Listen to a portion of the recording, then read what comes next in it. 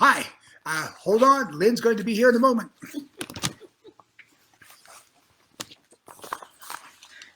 And here she is. Hi, everybody. Thanks so much for being here tonight. Let's see if I can see this light is so bright. I'm glad to see everybody here. And I'm Reverend Lynn, Chaplin-Noe, and I'm with the Center for Spiritual Living, Pleasant Valley in beautiful Camarillo, California. And the title of my exploration tonight is When Your Divine Appointment Feels Like a Trip to the Dentist. I know.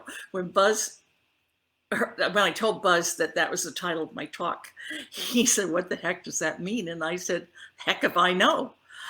Because since I've been a minister over 20 years, my topics that I've talked about have usually come first with the title.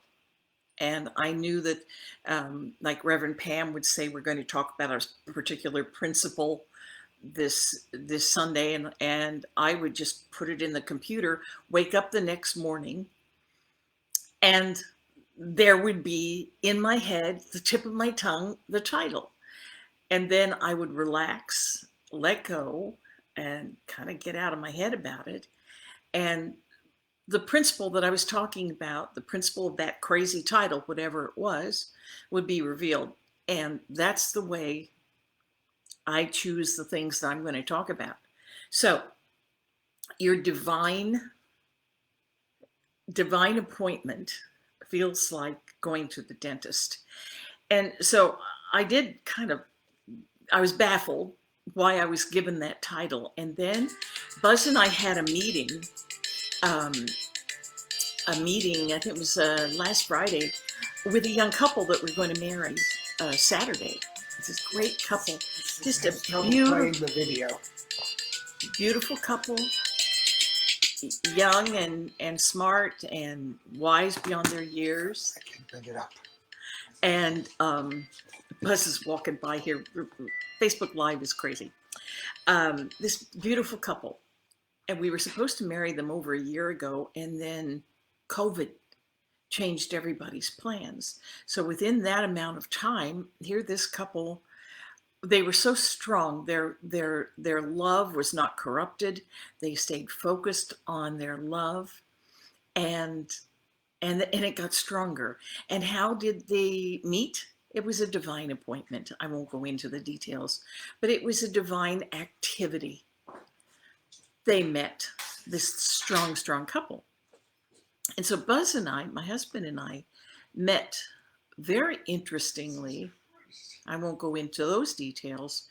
Almost 40 years ago. It was fun. It was out of nowhere. It was exciting, very actory, very theatrical. But as I went backwards, leading up to our meeting, as I went backwards and connected the dots, it was revealed to me that we were meant to meet, period. We were just meant to meet, hence divine appointment. These things are supposed to happen. The trajectory of our meeting, of our falling in love, which was almost instantly, was already set. The choreography was set. And I'm wondering if you've got loved ones or partners or family or friends that you have that same feeling about. Because it's for sure, it's unavoidable. That is divine appointment. You're going to meet these people. They're going to be in your life, and they're going to guide you one way or the other. They'll be your teachers. And sometimes it ain't pretty. So in Christianese, there are some other terms for divine appointment. God incidence. I guess that's supposed to be coincidence. We know there are none. God wink, God thing, Kairos moment, or touch from heaven. And there is a definition for divine appointment. So here it is. The definition of divine appointment is an apparently coincidental encounter or event that has actually been ordained by universal intelligence for some specific purpose. This purpose may be obvious during the encounter, or the purpose may become apparent sometime later. You may or may not believe all of that, but we know that it occurs because we've all experienced it. And the personality or the characteristics of divine appointment fit perfectly into universal principle. And there's no choreographer in the sky making things happen or creating things to happen. There's nothing other than your divine awareness. And we draw to ourselves, our divine awareness draws to ourselves its equal and its mirror and its likeness. So good or bad, when something appears in my life, no matter what it is, I always say two things. The first thing I say when something appears in my life, I say, this is for me. And the second thing I say is, where's the gift? You want to see the gift? So if you want to see, if you want to start things in motion intellectually for yourself and put things in balance and put things in the present moment, when something appears to you out there, I once told a story about driving across the bridge and across the harbor here in Ventura.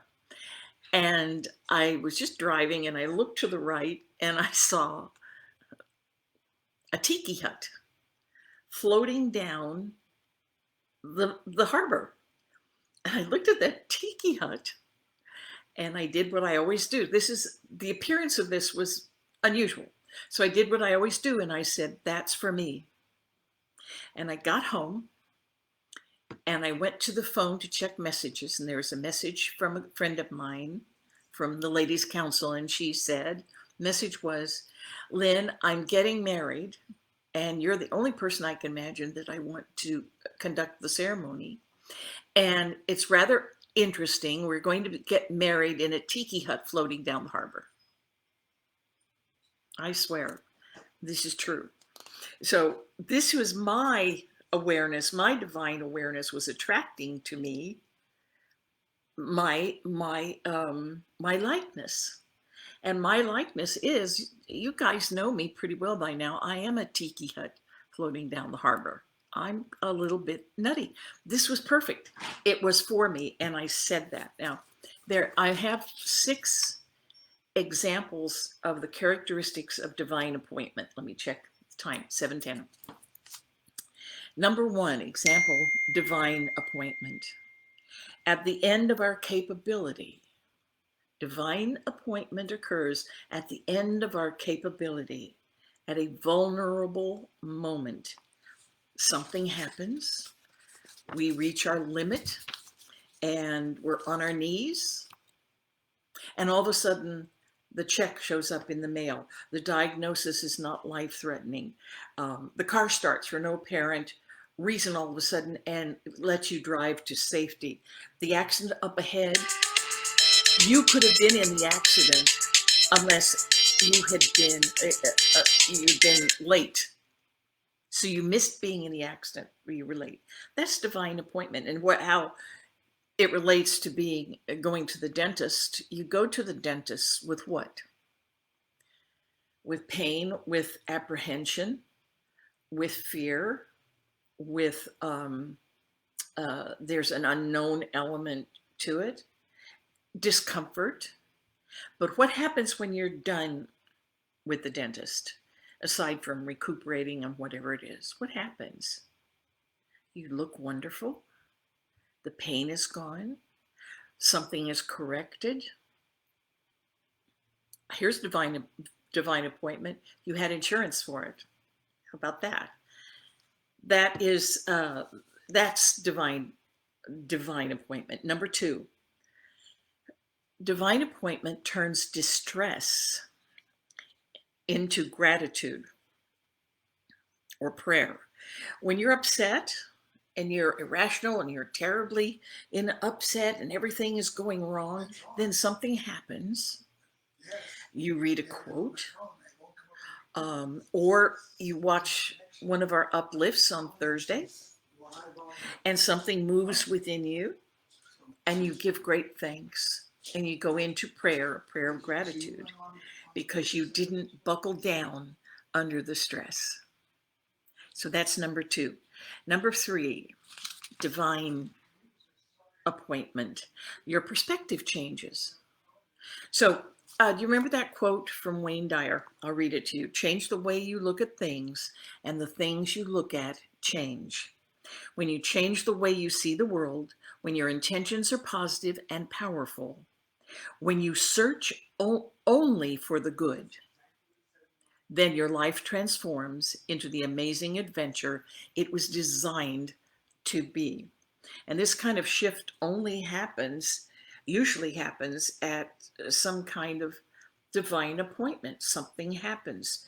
The quote that you read, the uplift that you see, and your perspective and your worldview changes.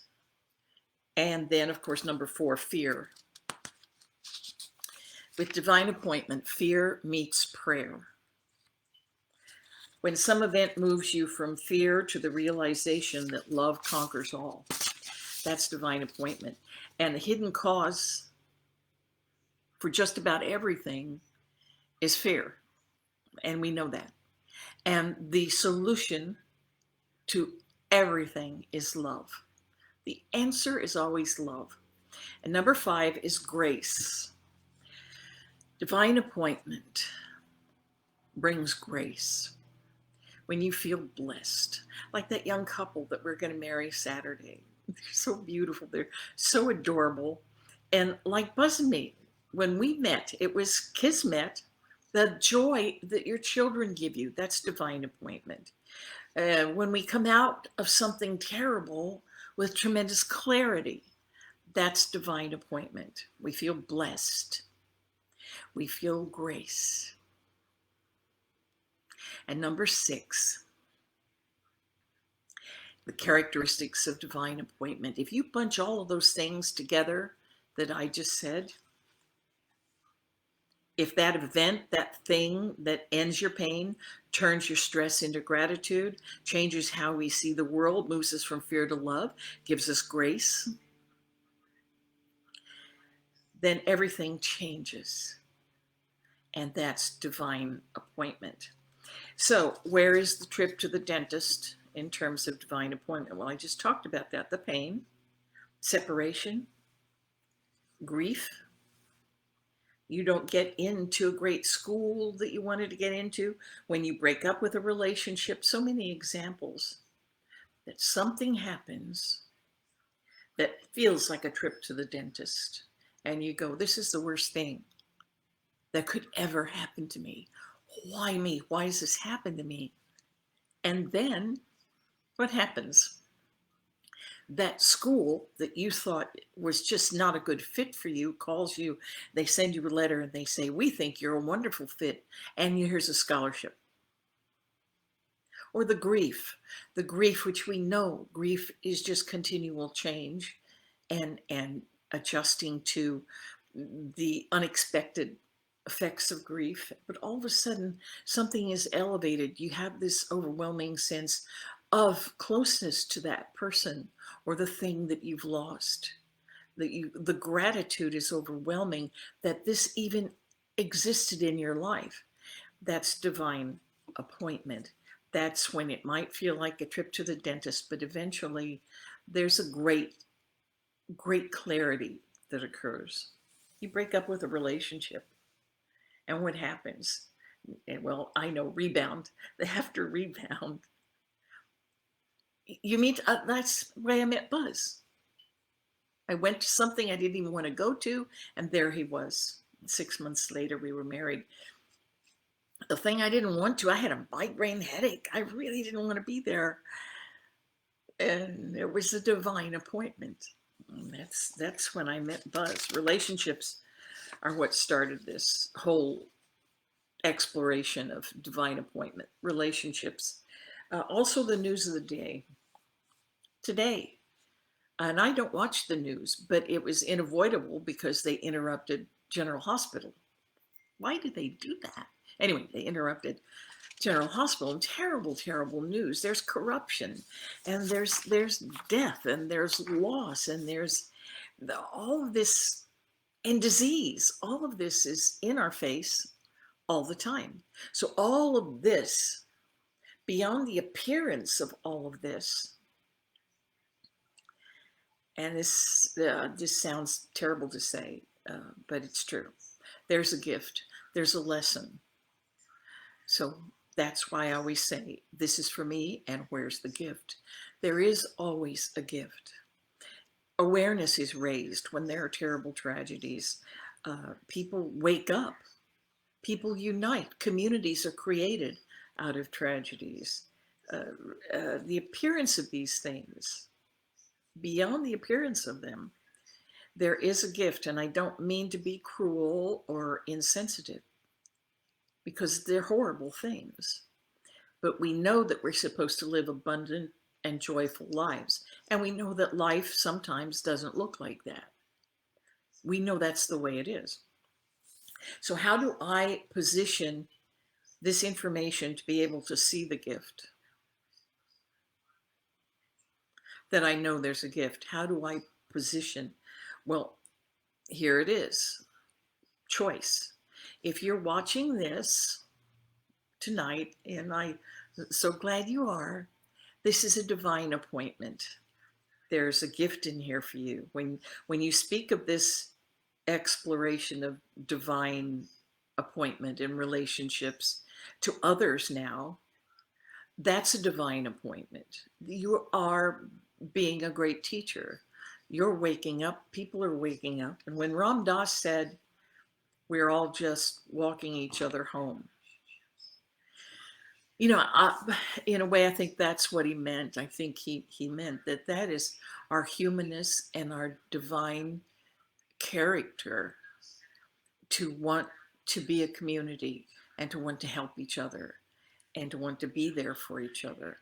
And let's face it, when you come to church Sunday, which you will on Facebook Live, when you watch our service at noon on Sunday, you'll hear a lot of us say God is all there is, or God is everywhere present. We say that in our treatments all the time.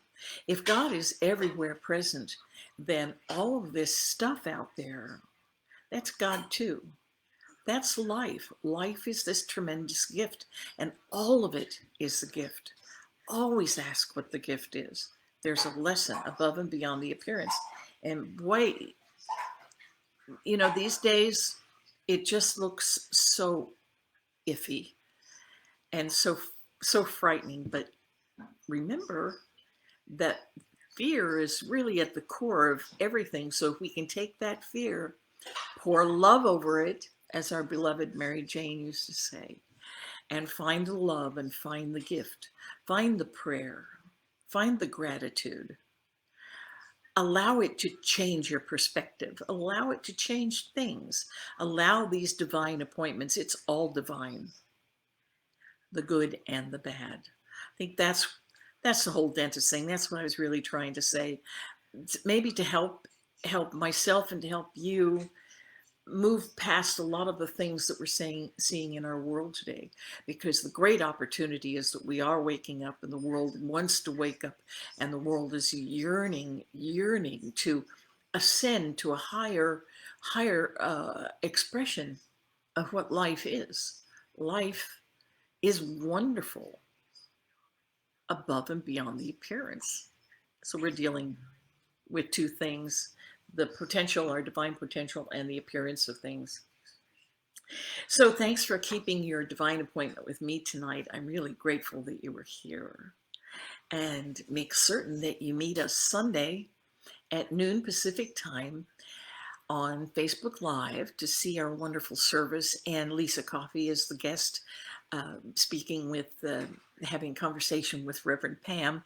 And also, Alberto del Pino is our musical inspiration. He's extraordinary and has wonderful stories about ancient and sacred music. So you will want to be there. It's Center for Spiritual Living, Pleasant Valley on Facebook Live. If you got here tonight, it's a no-brainer, and I hope we see you Sunday. In the meantime, it's 7:22, so let's just have a brief treatment to take everything that we've talked about tonight, divine appointment, and let's put this into a treatment that we could take it into our lives this week. So if you're comfy and if you want to, you don't have to. You can close your eyes. I'm going to, because I like it. So let's close our eyes. And yes, when I close my eyes, I'm instantly aware of an incredible presence, a presence that I identify instantly as the divine, divine intelligence, infinite intelligence, love, life, God. And I know with absolute certainty that I am the divine individualized expression of all that God is. And as I say I am, I'm speaking in the first person. I identify with you, with everyone, with all life. The I am that I am is God in full expression. And so do identify with this as your experience of spirit. And knowing that I'm the divine individualized expression of spirit, then I step forward in my life with great expectation of a divine appointment in every instant. Everything that's revealed in my life is a divine activity above and beyond the appearances, because it may not look divine, it may not feel divine, but when I say, this is for me, and where is the gift, then I know that I am fully present in the activity of expressing God. I'm so grateful for these loving truths of oneness with Source, with the ability to see things differently, to accept divine appointments as an opportunity to go into gratitude and prayer, to experience grace, to see a different perspective of the world around me, and to accept the change that is caused by my choices. It's always a choice. And so I release these loving truths into the very activity of them. I allow divine mind to take care of the details while I step forward in my beautiful, expressive, divinely appointed life. And together we say, and so it is. And so it is. Time to say goodbye. A little bit early. Let's see, 7:25.